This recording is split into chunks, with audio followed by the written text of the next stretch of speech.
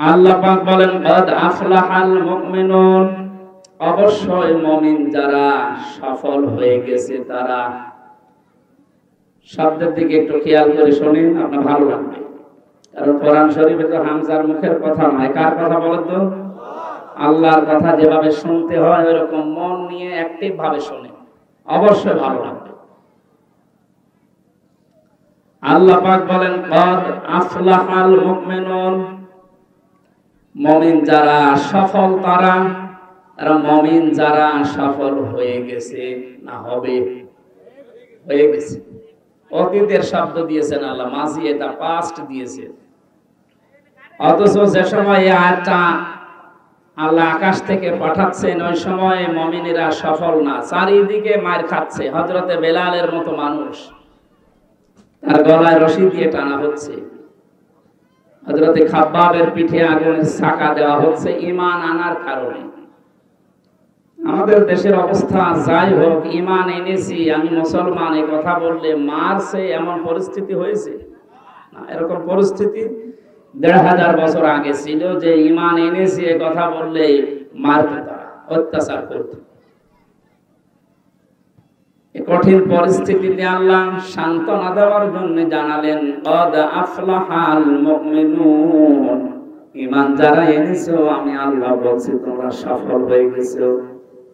আমাদের দেশে সফলতা বিফলতার মানদণ্ড আমরা মনে করি বাড়ি হবে, গাড়ি হবে, ব্যবসা প্রতিষ্ঠান বড় বড় হবে, সাবেক আইসির মতো ধরা খাবে,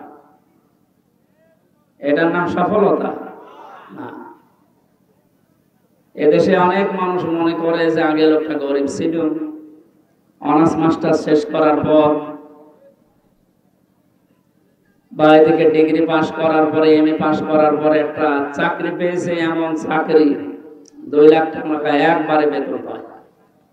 আগে কুড়ে ঘর ছিল, এখন 2 তলা 3 তলা একটা বিল্ডিং বানিয়েছে। মানুষেরা বলতে আরম্ভ করেছে না এতদিন পরে আল্লাহ ওর দিকে মুখ তুলে তাকিয়েছে, এতদিন আল্লাহ তাকাই।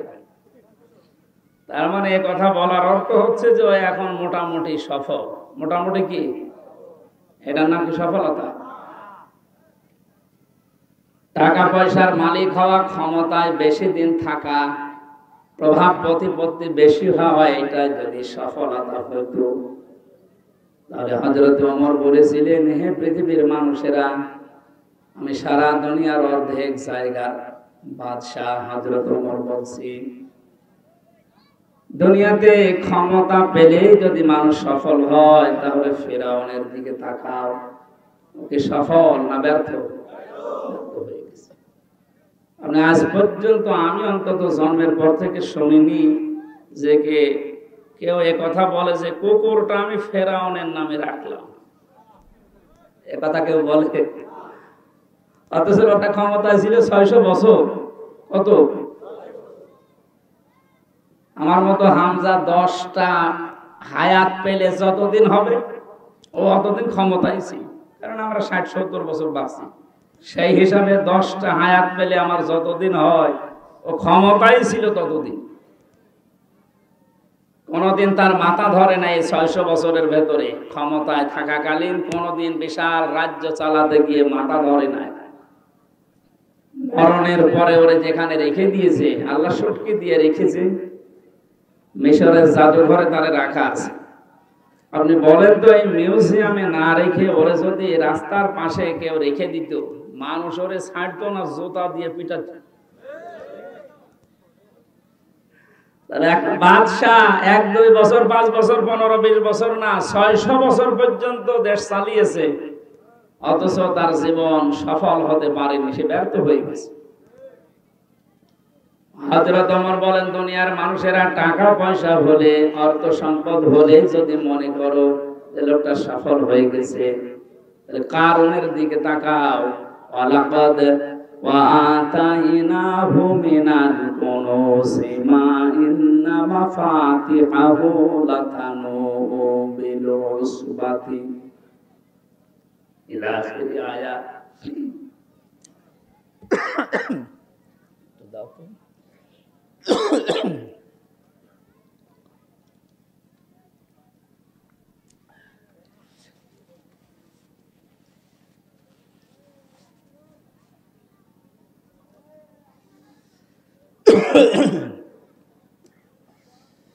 সূরা কাসাসের ভেতরে আল্লাহ তাআলা এই কাহিনীটা তুলে দিয়েছেন আমাদের শিক্ষার জন্য। অর্থ সম্পদ, টাকা পয়সা, সোনা রূপা হলেই মানুষ সফল হয় না। এই লোকটার যে সম্পদ আল্লাহ দিয়েছিলেন, শুধু সোনা রূপা না, সোনা রূপের ধন ভান্ডার, গোপন খনি পর্যন্ত তার ছিল। কানসুনের বহুবচন কুনুজ, গুপ্ত ধন এত পরিমাণে আল্লাহ তাকে দিয়েছিলেন। একদল শক্তিশালী যুবক তার সম্পদে বোঝা বহন করার জন্য, যে তালা চাবি লাগে, চাবি বহন করার জন্য একদল যুবক শক্তিশালী এরা বহন করে নিয়ে বেড়াতো। আপনি একটু হিসাব মিলান, চাবি বহন করতে যদি একদল যুবক লাগে, তালা বহন করতে কতজন লাগবে? তালা যদি এত হয়, তাহলে তার ব্যাংক ব্যালেন্স, তার সিন্ধুক বাক্স কত ছিল, কত সম্পদ ছিল, আমাদের ব্রেনে ধরবে না।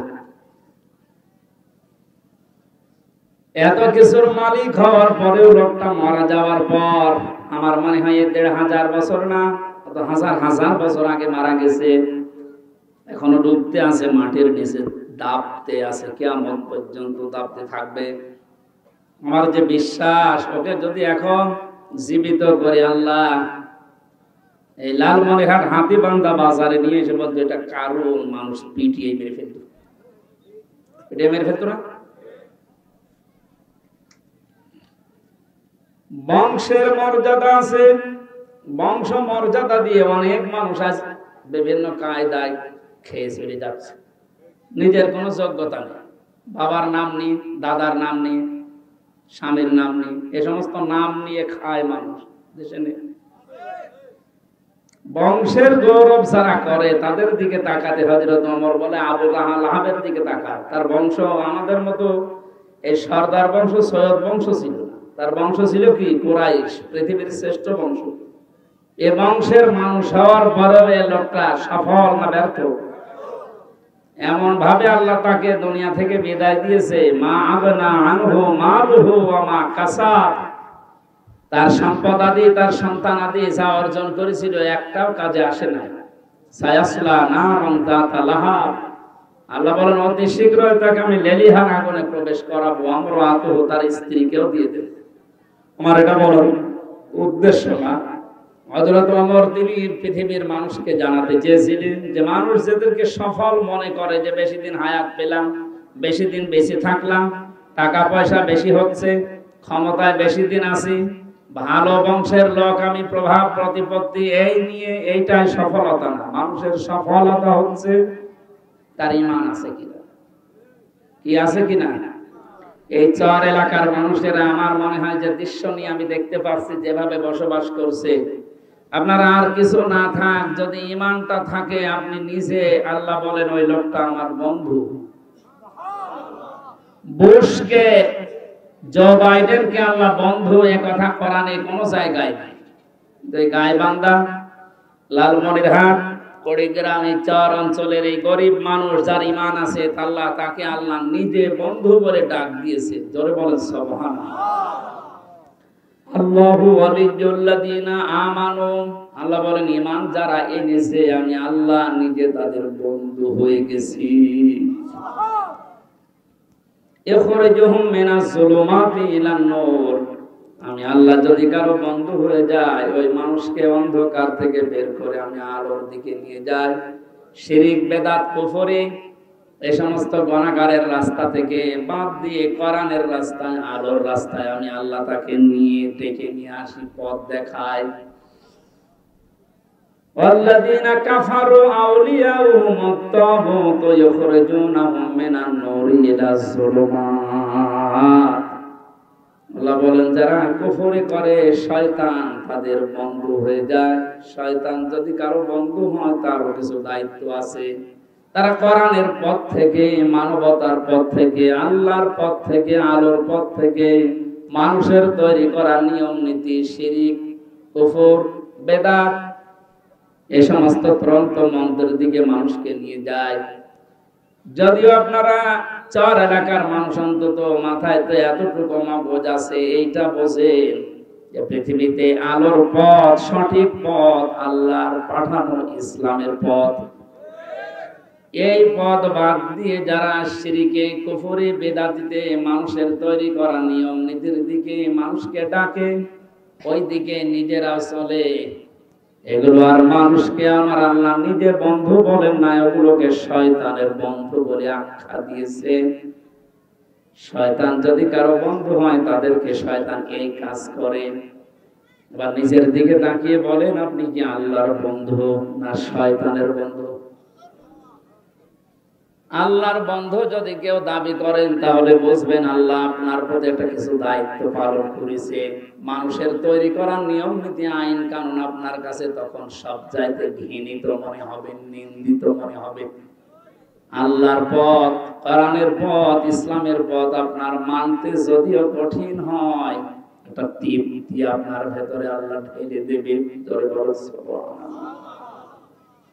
আমি তো এইটাই বুঝতেছি এখন পৃথিবীতে তাম দুনিয়া আজ দুই ভাগ হয়ে গেছে, একটা ইসলামের দিকে, একটা কুফরের দিকে, একটা মাসলুমের দিকে, একটা জালেমের দিকে। হযরতে বেলালের নাম আমরা সে জন্মের পর থেকে শুনছি। এই লোকটার বংশ ভালো ছিল না, টাকা পয়সা ছিল না, মানুষের বাড়িতে কাজ করে খেত, গোলাম চাকর, ক্ষমতাও ছিল না। তো ঈমান থাকার কারণে আল্লাহ এমন জায়গায় পৌঁছিয়ে দিয়েছিলেন, তার জীবনী পড়তে গিয়ে পেয়েছি। বিশ্বনবী বলেন, আমি যখন আল্লাহর সাথে দেখা করার জন্য মেরাজে আল্লাহর আরশে যখন গিয়েছিলাম, সিদরাতুল মুনতাহা পার হয়ে হযরতে বেলালকে এসে বলেছিলেন, তোমার পায়ের আওয়াজ আমি শুনতে পেয়েছি। অথচ লোকটার চেহারার যে বর্ণনা আমি পড়েছি হাদিসে, ওইরকম লোক এখানে একটাও নেই। জিহ্বা ছিল ঝোলা, ঠোঁটগুলো ছিল মোটা মোটা, চেহারা কালো তো কালো, হাড়ির তলা কি তার চাইতে কালো ছিল। চেহারার যে বর্ণনা বলছে, একবার দেখলে আরেকবার দেখতে মন চাবে, বলেন?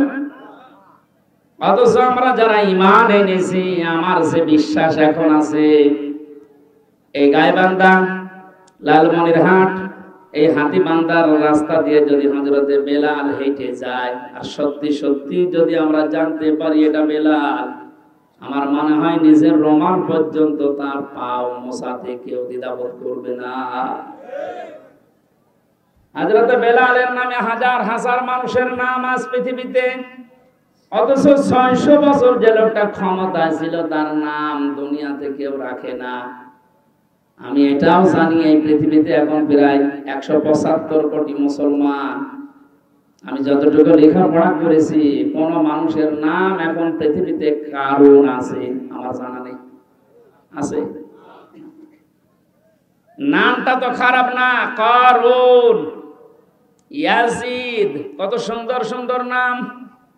মানুষের উপরে জুলুম করার কারণে আল্লাহ পাক তার নামটাকে ঘৃণিত বানিয়ে দিয়েছেন, নিন্দিত। এত নিন্দা, এত ঘৃণিত বানিয়েছে, কেউ কুকুরের নামও কারণ রাখে না। এমনকি হিন্দুকে যদি বলেন, ভাই আপনি অন্য ধর্মের মানুষ, আপনার ছেলে হয়েছে 500 টাকা দেব, আপনি শুধু ইয়াজিদ রাখেন, ও যদি মূর্খ মানুষ হয় বলবেন কি ইয়াজিদ রাখবেন। ইয়াজিদ এখন আর নাম নেই, এটা গালি হয়ে গেছে। আপনি শুধু হাঁ করে শুনিয়ে যাচ্ছেন, কিছু বোঝেন এখান থেকে।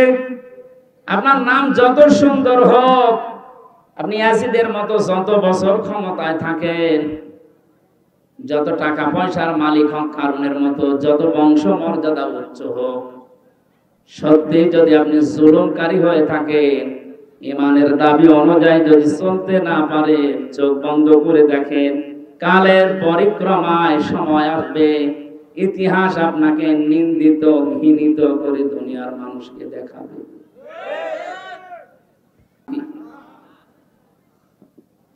আবু লাহাব, এর নাম ছিল আব্দুল উজ্জা, এত সুন্দর ছিল দেখতে, আগুন লাগিয়ে দিলে উপরে দেখবেন একটা শলাকা মতো ওঠে, সাপের জহ্বা মতো, ওইটা ওই যে শলাকা উঠে যায় সাপের জহব্বা মতো, ওইটার আরবি নাম লাহাব। এত সুন্দর চেহারা ছিল, আগুনের মতো ফর্সা ছিল, অথচ এই সুন্দর নামটা আজ দুনিয়ায় গালি হয়ে গেছে। নাম শুনলেই মানুষ ঘৃণা করে। কথা বলছেন এখানে? এখানে তাফসীর মাহফিল আপনি 1 বছর পর পর এখানে 12তম চলছে। আজকে যদি আপনি কিছু নিয়ে না গিয়ে শুধু আসলেন আর লোকজন দেখে আপনি চলে গেলেন না, আপনার দ্বারা আপনার পরিবারে, আপনার সমাজে, আপনার রাষ্ট্রে, আপনার আন্ডারে যারা আছে তাদের উপরে যেন জুলুম না হয়, কারো অধিকার যেন আপনার দ্বারা নষ্ট না হয়। হয়তো এখন পৃথিবীতে কেউ মুখ খুলছে না, কেউ ভয়ে, কেউ চাপে, তো সময় আসবে ইতিহাস ঘটনা ঘটার আগে ইতিহাস লেখে না ঘটনা ঘটার পরে? বলেন না কেন? যে ঘটনা আজ আমরা পৃথিবীতে ঘটাচ্ছি, হয়তো ইতিহাস এখন কেউ অনেকে লিখছে না, লেখা হবে একদিন। ইতিহাস যখন লেখা হবে ওই সময় আপনাকে কিন্তু ইয়াজিদের মতো, কারুনের মতো, ফেরাউনের মতো, আবু লাহাবের মতো বানিয়ে ফেলবে। কথা বলে না কেন? আপনার নাম যত সুন্দর হোক, আপনার নামও কেউ রাখবে না, এমনকি কুকুরও আপনার নামে কেউ রাখবে না। আমি আপনার শত্রুটা আপনাকে আমি বাঁচার জন্য বললাম, কারণ 100 বছর পরে এই বাংলাদেশে এখন যারা আছি আমরা একজন থাকবো না, নতুন মানুষ এসে এই দুনিয়া চাষ করবে। কথা বলে ঠিক কিনা?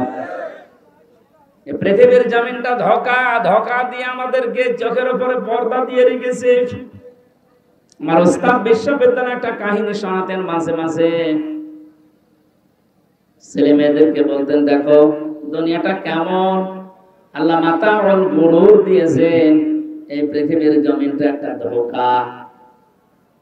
ও হামজা, তুমি যদি এখন মারা যাও, 200 বছর পরে যদি এই কুষ্টিয়াতে থানাপাড়ায় আমার যে বাড়িটা, এখানে এসে যদি বলো যে এই বাড়ি আমার, 200 বছর আগে এই বাড়ির জমি আমি ক্রয় করে এখানে বানিয়েছিলাম,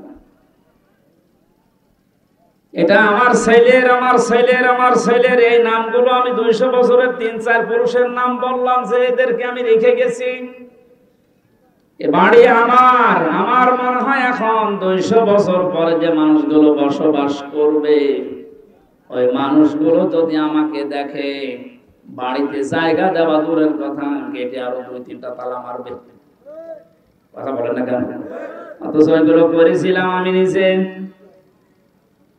মাত্র 200 বছরে যদি আমার সেনা বাড়িতে আমারে উঠতে না দেয়, কিয়ামতের যে কঠিন ময়দান আল্লাহ বানিয়েছেন, আল্লাহ পাক বলেন, ইয়াউমা ইয়াফিরুল মারউ মিন আখিহি ওয়া উম্মিহি ওয়া আবিহি ওয়া সাহিবাতিহি ওয়া বানিহি। কিয়ামতের একটা ময়দান এত কঠিন তৈরি হবে, আল্লাহ বলেন মানুষ পালিয়ে যাবে তার আপনজন থেকে। প্রথমে তার ভাই থেকে পালাবে, তার স্ত্রী থেকে, তার মা থেকে, বাবা থেকে, বন্ধু বান্ধব থেকে। সুতরাং আমরা যেন ওই বিপদের সম্মুখীন না হই, আগে থেকে সতর্ক করার জন্য আজকের এই অনুষ্ঠান। ঈমান যাদের আছে, কোনো হতাশা নেই, কোনো চিন্তা নেই। ওই ধনী মানুষ মারা গেলেও যে কবরে দেবে, হামসা মারা গেলেও ওই কবরে দেবে। কথা বলে ঠিক কিনা? আমার আসল বিষয় হচ্ছে আমার ঈমান আছে কিনা। ওয়ালা তাহিনু ওয়ালা তাহজানু ওয়া আনতুমুল আ'লাউনা ইন কুনতুম মুমিনিন। কোনো ভয় নেই, কোনো চিন্তা নেই। বিপদ আসবে, আসতেছে, এসেছিল, এই কঠিন পরিস্থিতির জন্য কোনো চিন্তা, কোনো হতাশা করবা না। বিজয় তোমাদেরই হবে যদি মুমিন হতে পারো। সুতরাং বাংলাদেশের সহ বিশ্বের দিকে তাকিয়ে যে কঠিন পরিস্থিতি এখন চলছে, এটার জন্য আমার 1 সেকেন্ডের জন্য কোনো হতাশা নেই, কোনো চিন্তা, কোনো ভয়ও নেই। ভয় যা ছিল আরো দূর হয়ে গেছে। কারণ আমি জানি যে এই পৃথিবীতে আসল সফলতা ঈমানের কারণে, ঈমানদারের জন্য। ওই ঘুষের দাম, ব্যবহারের দাম আল্লাহর কাছে কানা কড়ি পরিমাণেও নেই। যে মানুষটা রিকশা চালিয়ে খায় অথচ ঈমান আছে, এর মর্যাদা বাইডেনের চাইতে আল্লাহর কাছে কোটি গুণে বেশি। আফসোস হয় একটু, এই ১৫০০ বছর আগে কোরআনে কারীম প্রচার করতে গেলে বাধা দিত কাফেরেরা। দুঃখজনক হলো সত্য, বাংলাদেশে কোরআন প্রচার করতে আজ বাধা কাফেররা দেয় না, দেয় মুসলমানেরা। এই অনুষ্ঠানটা করার জন্য 15 দিন ডিসি অফিসে, এসপি অফিসে, থানায়, টিওনোর কাছে 15 দিন 20 দিন যাওয়া লাগবে। কি আমরা এখানে কি মানুষ খুন করব? বলেন। শিশু মেলার নামে যে মেলাগুলো বাংলাদেশে অধিকাংশ জায়গায় দেখা যায়, শিশু নেই, খালি শিশুর খালার আর মারা। ওই সমস্ত অনুষ্ঠানে তো অ্যাক্সিডেন্ট হয়, মানুষের চরিত্র নষ্ট হয়। এখানে এসে কিছু না হোক, অন্তত একটা মানুষের বিবেকে ধাক্কা লাগে, আমার দ্বারা আপনার কারো উপরে জুলুম হয়ে যাচ্ছে না তো? কারণ জুলুম যদি কারো দ্বারা কারো উপরে হয়, এই জালেম দুনিয়ার কোন মানুষের টার্গেট হয় না, ও সরাসরি আল্লাহর মামলার আসামি হয়ে যায়। কোরআনে কারিমে সূরা শুরা 42 নম্বর আয়াতের প্রথম অংশে আছে, ইন্নামাস সাবিলু আলাল্লাযীনা ইয়াজলিমুনান নাস। আল্লাহ পাক বলেন, অবশ্যই আমি আল্লাহ মামলা দেব, কেস করব, অভিযোগ দেব কিয়ামতের ময়দানে তাদের বিরুদ্ধে, দুনিয়ায় যারা মানুষ হয়ে মানুষের উপরে জুলুম করেছিল। ও লালমনিরহাট বাসী, বিবেক যদি একটু থাকে, একটু কাজে লাগান, এটা রেকর্ড হয়ে কালকেই সারা বাংলাদেশে ছড়াবে। আমার সামনে এখন মাত্র 1000 মানুষ না, আমার সামনে এখন 18 কোটি মানুষ। সবাইকে উদ্দেশ্য করে বলছি, এই দেশে আমার যতটুকু কোরআন হাদিস পড়ার পরে বাস্তবতা দেখতে পাচ্ছি, এদেশের 100 জনের 98 জন আল্লাহর মামলার আসামি। ঠিক যারা বলছেন আমরা কি, আমার দ্বারা হয়তো আমার স্ত্রীর উপরে, আমার সন্তানের উপরে, আমার মা বাবার উপরে জুলুম হয়ে যাচ্ছে, এমনকি আমার ভাইয়ের উপরে, আমার বোনের উপরেও জুলুম হয়। গত কয়েকদিন আগে একজন প্রশ্ন দিয়েছে, হুজুর বোনের জমক দেয়া লাগবে, দেয়া লাগবে মানে কেউ যদি রাস্তায় ডাকাতি করে তার যে গুনাহ হয় তার চাইতে ডবল গুনাহ হবে কেউ যদি বোনের জমি ভাইয়ের জমি মেরে দেয়। মতো সেরকম বহু মানুষ পাওয়া যায়, 5 ওয়াক্ত নামাজ তাহাজ্জুদ মিলে পড়ে, হজ করে এসেছে, বোনের জমি না দিয়ে ফাঁকি দিয়ে খেয়ে ফেলছে। কিয়ামত পর্যন্ত হজ করলে ওর হজ কবুল হবে না। যারা মানুষকে শরীক ফাঁকি দিয়েছে তাদের 2টা অপরাধ হয়, 2টা গুনার কারণে তাদেরকে আল্লাহ 2টা শাস্তি দেবে। 1 নম্বরে ওই মানুষ যেই দিন শরীক ফাঁকি দিয়েছে ওই দিন থেকে যতদিন ইবাদত করবে মরণ পর্যন্ত কোনো ইবাদত মাথার উপরে উঠবে না। 2 নম্বরে মানুষ যখন মারা যাবে তখন ঈমান পাবে না, বেঈমান হয়ে মরবে। বাংলাদেশে শরীক ফাঁকি দেওয়া মানুষ আছে না? কিছু মানুষ জমিন চাষ করে, এই এলাকায় জমিনের দাম মনে হয় এরকম না, জমিন চাষ করতে করতে পুরা জমিন ঠিক আছে, আইলের কাছে গেলে নাঙ্গলের মাথা বাঁকা হয়ে যায়। যত বরকত আল্লাহ আইলের কাছে দিয়েছে, আর আইল কাটতে কাটতে এমন আইল বানিয়েছে, ও আইল না ফুলছিরা। আইলের কাছে গেলে আর সাবধান হওয়া দরকার, কারণ 1 বিঘত জমি যদি অন্যের ভেতরে চলে যায় আপনার, আইল কেটে হোক আর যে কোনো কায়দায়, কিয়ামতে এই তামাম দুনিয়ার মতো 7টা জমিন মাথার উপরে চাপিয়ে দেবে। এটা কি হাস্যকর কথা? বলেন। যারা এরকম লাইনে আছে আল্লাহ তাদেরকে, যে ভূমিদস্যু যারা মানুষের জমিন ফাঁকি দিয়ে খায়, জোর করে, অন্যায় করে, অবৈধভাবে দখল করে খাচ্ছে, আপনি থামেন। আপনার এই সমস্ত অবৈধ সম্পদের মালিক হওয়ার জন্য আপনার ছেলে, আপনার মেয়ে, আপনার বউ প্রস্তুত হয়ে আছে, কিন্তু এইটার কারণে যে গুনাহ হয়েছে, এই গুনাহ নেওয়ার জন্য কেউ প্রস্তুত না। বলেন।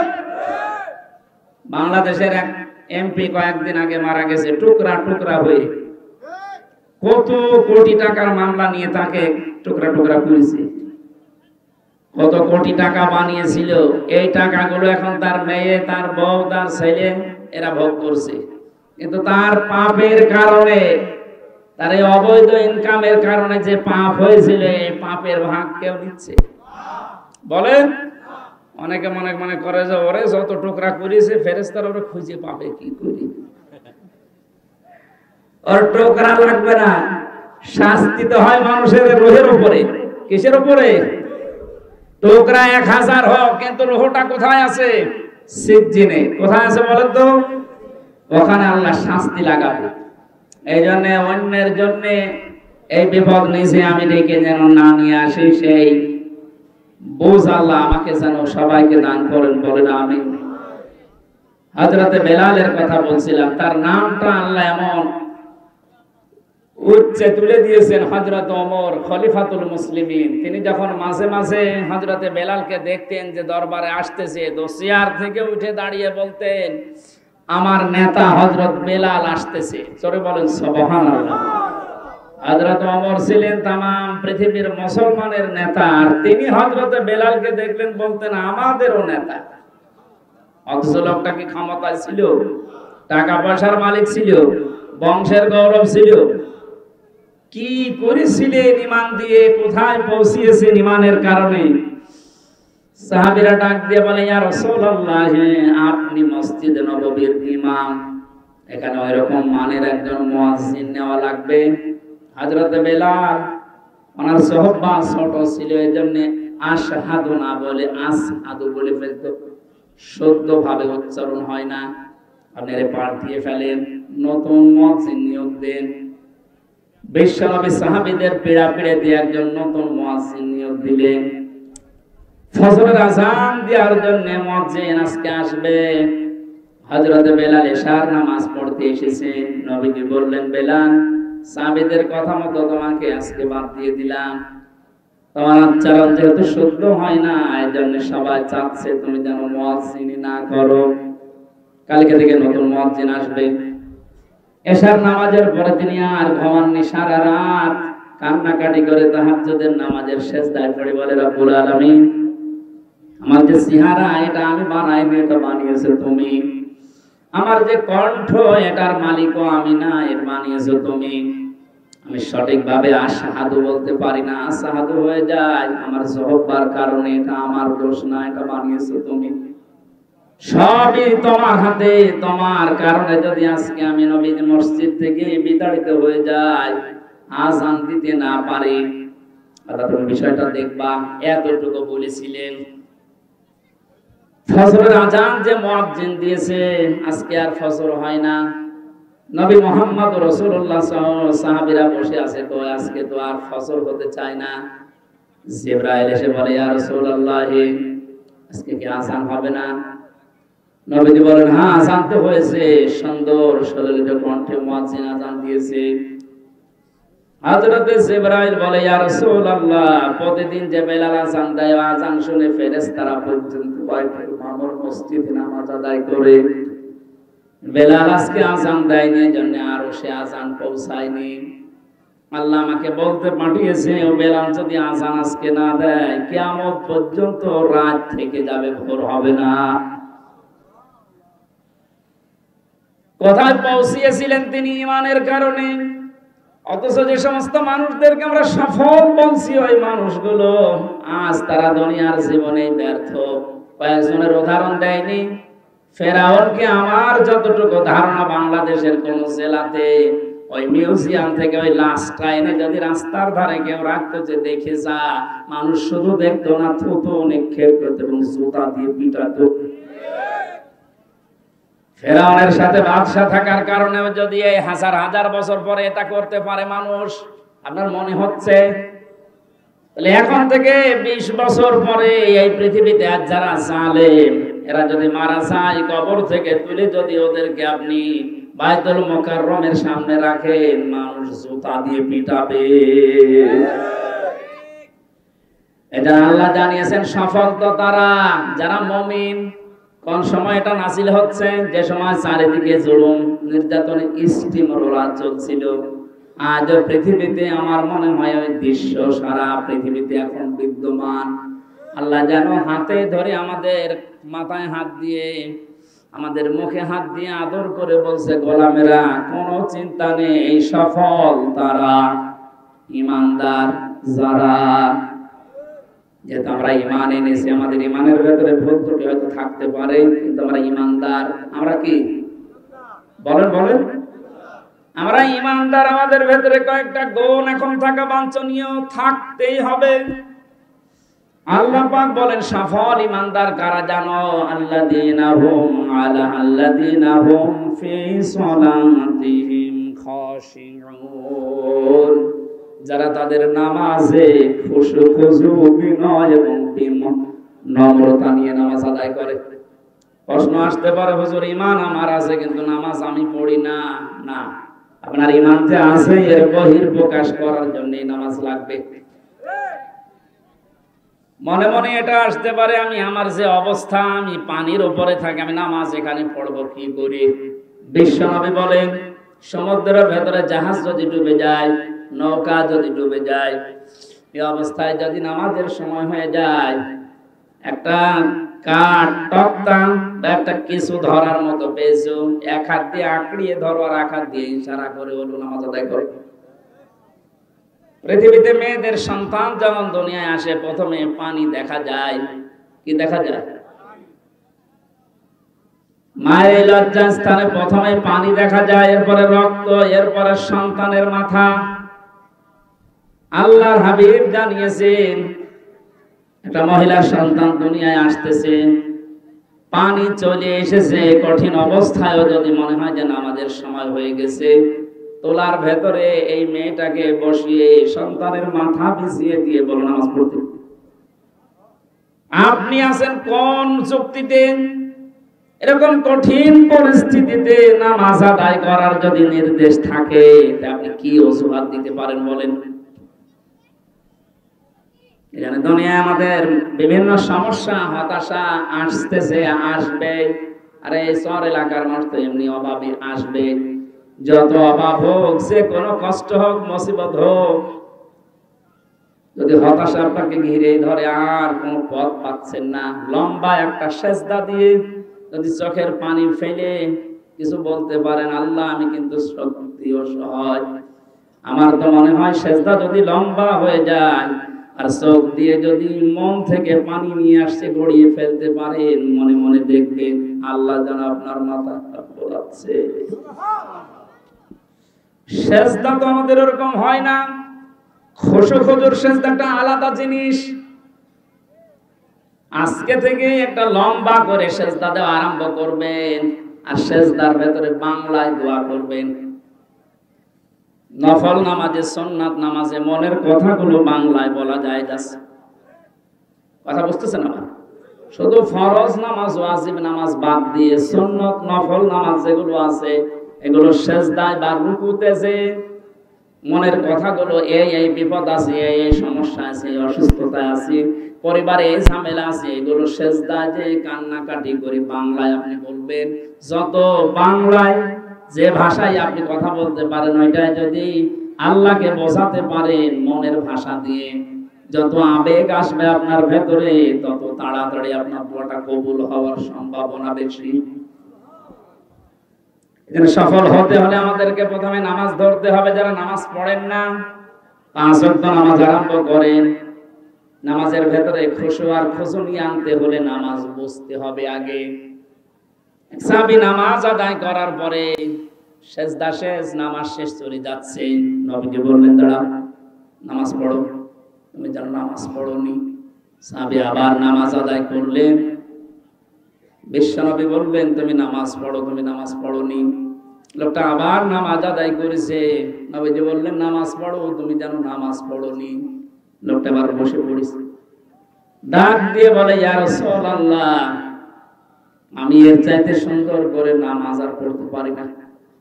আল্লাহর নবী বললেন এতক্ষণ পর্যন্ত যে নামাজ আদায় করেছো, এই নামাজ আমি শেখাইনি। সাল্লু কামা রাআইতুমুনি উসাল্লি, নামাজ পড়ো ওইভাবে যেভাবে আমাকে পড়তে দেখো। এই জন্য লালমনিরহাট বাসে নামাজ আজকে থেকে আরম্ভ করবেন। নামাজের 13টা ফরজ 14টা ওয়াজিব। যারা জানে তাদের কাছে একদিন 2 দিন 5 দিন করে করে শিখে নেন। মনে করবেন এইটা আমার খাওয়ার মতো একটা দায়িত্ব। কথা বুঝতেছেন? সফল হতে হলে মাস্ট বি নামাজ লাগবে। নামাজ ছাড়া কেউ সফল হতে পারে না। কোন মানুষ যদি নামাজ পড়ে না, আকাশ দিয়ে উড়ে যাচ্ছে, বুঝবেন এটা ভণ্ড। কথা বোঝেন? হয়তো জিনকে বশ করার মাধ্যমে অথবা কুফরি কালামের মাধ্যমে এই কাজ করছে। নামাজ আদায় না করে কেউ যদি আকাশ দিয়ে উড়ে যায়, ওটা যদি ভণ্ড হয়। যে দরবারে গেলে নামাজ নেই, নামাজের শিক্ষা নেই, ওটা ভণ্ডের দরবার না। এজন্য আশা করছি আপনি নামাজ আদায় করা শুরু করবেন। আমি খুব সংক্ষেপ করছি তাড়াতাড়ি, কারণ আসরের নামাজ সমাগত। ওয়াল্লাযীনা হুম আনিল লাগবি মুরিদুন। আল্লাহ পাক বলেন যে মানুষগুলো অনর্থক কথাবার্তা আর অনর্থক কাজ কারবার থেকে নিজেকে বাঁচিয়ে রাখে। আজ একটা মোবাইলের মাধ্যমে হাজারো মানুষ অনর্থক বিষয়ে ডুবে থাকে সারাদিন সারা রাত। যারা সফল হতে চায় তারা অনর্থক কোনো বিষয় নিয়ে আমরা ডুবে থাকবো না। যে কাজের কোনো অর্থ নেই, যে কাজের কোনো সময় দিলে কোনো অর্থ পাওয়া যায় না, দুনিয়া আখিরাতের কোনো লাভ হয় না, ওইরকম কোনো কাজে মুমিন যেতে পারে না। ওয়াল্লাযীনা হুম লিয-যাকাতি ফাঈলুন। মুমিন যারা, তারা যাকাত আদায়ে তৎপর হবে। প্রশ্ন আসতে পারে, আয়াতগুলো তো নাজিল হয়েছে মক্কায়, আর যাকাতের বিধান নাজিল হয়েছে মদিনায়, তাও হিজরত করার 2 বছর পর। তাহলে এই আয়াতগুলো কি মিথ্যা? আল্লাহ রাব্বুল আলামিন এখানে যাকাত দ্বারা শুধুমাত্র সম্পদের যাকাত না, নিজের শরীরকে, নিজের মনকে পরিচ্ছন্ন করা, পবিত্র করার দিকেও ইঙ্গিত দিয়েছেন। সুতরাং আজ আমাদের শরীর 3.5 হাত বডি পবিত্র করা লাগবে। কোন হারাম জিনিস যেন আমার ভেতরে প্রবেশ না করে। আজ হাজারো পুরুষ মানুষ হালাল ভাবে বেঁচে থাকার জন্য যদি চেষ্টা চালায়, পরিবারস্থ লোকদের কারণে আজ অনেকেই পারে না। হারাম জিনিস দিয়ে নিজের শরীরকে, পরিবারকে লালন পালন করতে শেষে অবৈধ পথ বেছে নেয়। এজন্য আমরা যদি সফল হতে চাই, অবশ্যই আমাদেরকে পবিত্র শরীর, মন, আত্মা, قد أفلح من تزكى। আল্লাহ পাক বলেন সফল হয়েছে তারা যারা নিজেদেরকে পরিচ্ছন্ন, পবিত্র, শুদ্ধ করতে পেরেছে। আল্লাহ আমাকে সহ প্রত্যেককে এরকম মন দান করেন, বলেন আমিন।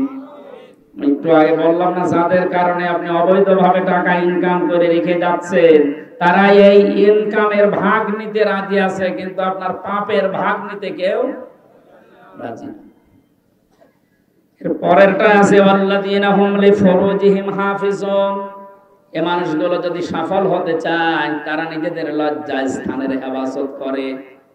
হাজারো মেয়ে লোক পেছনে বসে আছে, এটা শুধু এদের জন্য না, রেকর্ড হচ্ছে এই কারণে বলছি। আজ হাজার হাজার ইমানদার দেশ বিদেশে নিজের লজ্জা স্থান অন্য জায়গায় ব্যবহার করছে নিজের স্ত্রীর উদাসীনতার কারণে। যে পরকীয়া প্রেম করে মানুষ, শখ করে মনে করছে। শখ করে যদি করে, আমার মনে হয় 100 জনের 70 জন, বাকি 30 জন বাধ্য হয় উল্টাপাল্টা কাজ করতে। যেন মা বোন যারা এসেছেন, আপনার জান্নাতে যাওয়ার জন্য যে শর্তগুলো আছে, তার অন্যতম একটা জায়গা হচ্ছে আপনার স্বামী। ও যদি জায়েজ কোন হুকুম করে, জীবন থাপনা আপনাকে মানা লাগবে। আজ পারিবারিক জীবনে দাম্পত্য কলহ এমন জায়গায় পৌঁছিয়েছে, 3টা বছর আমি জেলের ভেতরে থাকাকালীন এটা দেখেছিলাম। ওখানে 100 জনের আসামির ভেতরে আমার মনে হয় 60 জন আসামি শুধু এই বউ মারার আসামি। এই মানে মেয়ে লোক কেন্দ্রিক পারিবারিক জীবনে অশান্তি, সমস্যা, ছোটখাটো জিনিস নিয়ে এরা মনোমালিন্য করে শেষ পর্যন্ত বউকে হয় মেরে ফেলে, আদা মারা করে ফেলে। এখন কাশিমপুর, গাজীপুর কারাগারে যে লোকটা ফাঁসি দেয়, জল্লাদ, এই লোকটার মামলা খুব বড় মামলা, এই বউ মারা মামলা। অথচ অনেক বছর সৌদি আরব ছিল। ওখান থেকে এসে বিয়ে করার পরে মা আর বউর মিল নেই, ছোটখাটো জিনিস নিয়ে খালি গন্ডগোল করে। ও মনে মনে ভাবলো যে আমার নিজের সম্পদ আমি মাকে দেব, বোনকে দেব, আর এ দেখতে পারে না। মানে সংশোধন করার জন্য একটা থাপ্পড় দিয়েছিল, জায়গা মতো লেগেছে, সাদা গেছে। এখন এই যে জেল খাটতেছে, ও যাবজ্জীবন, ফাঁসির আসামি ছিল, এখন যাবজ্জীবন 30 বছর জেল খাটা লাগবে। 17 বছর ছিলাম, শুনলাম যে বিদেশ ছিল সৌদি আরবে, 30 বছর জেল খাটা লাগে। ওর জীবন আর কি থাকে বলে? ওকে খুব বড় অপরাধ করে গেছে, এই পারিবারিক জীবনের সামান্য বিষয় নয়। এই জন্য ফুরুজিহিম হাফিজুনের ব্যাখ্যা ইবনে কাসিরে প্রায় 8-9 পৃষ্ঠা, আজকেও আমি আসার সময় দেখছিলাম, এত লেখা আছে। আজ হাজারো মানুষের লজ্জাস্থানগুলো ধ্বংস হয়ে যাচ্ছে পারিবারিক জীবনের ছোটখাটো বিষয় নিয়ে। সম্মানিত মা বোনেরা, আপনাকে আল্লাহ যে সম্পদ দিয়েছে, এই সম্পদটা শুধু স্বামীর জন্য খাস, অন্য জায়গায় ব্যবহার করে নষ্ট করে ফেলেছেন। আপনার যৌবন জীবনকে বিক্রি করে দিয়েছেন, এ কারণে আজ পারিবারিক জীবনে শান্তি নেই। এই জন্য বের হওয়ার পরে আমি এই বইগুলো লিখেছিলাম পুরুষদের জন্য, আর মেয়েদের জন্য একটা আছে, পারিবারিক জীবনে অশান্তি এবং তার সমাধানের কারণটা কি। যতগুলো ইন্টারভিউ নিয়েছিলাম ভেতরে থাকতে, ওদের কাছ থেকে যেগুলো পেয়েছি কোরআনের সাথে হাদিসের সাথে মিলিয়ে পয়েন্ট আকারে করেছি। মেয়েদেরকে পড়তে দেবে, নিজের বউকে, মেয়েকে, বেটার বউকে, ফুফুকে, খালাকে, মাকে, এগুলো পড়া। 120 পৃষ্ঠা পর্যন্ত লিখেছিলাম। এটা পুরাটা শেষ করতে পারলে আমার মনে হয় পরিবারে শান্তি আসবে ইনশাআল্লাহ। পরকীয়া প্রেম যেটা, এটা বন্ধ হবে আমার যতটুকু বিশ্বাস। আমি যাদেরকে দিয়েছি এটা, বাংলাদেশের বিভিন্ন জেলাতে যারা পেয়েছে, পড়েছে, পরবর্তীতে জানিয়েছে, হ্যাঁ আমার বউ এখন অনেক ফিরে এসেছে, আমার মেয়ে এখন অনেক গোছালো জীবন যাপন করে। আশা করছি আমাদের এই লজ্জাস্থানকে পবিত্র করার জন্য বইটা কাজে লাগবে।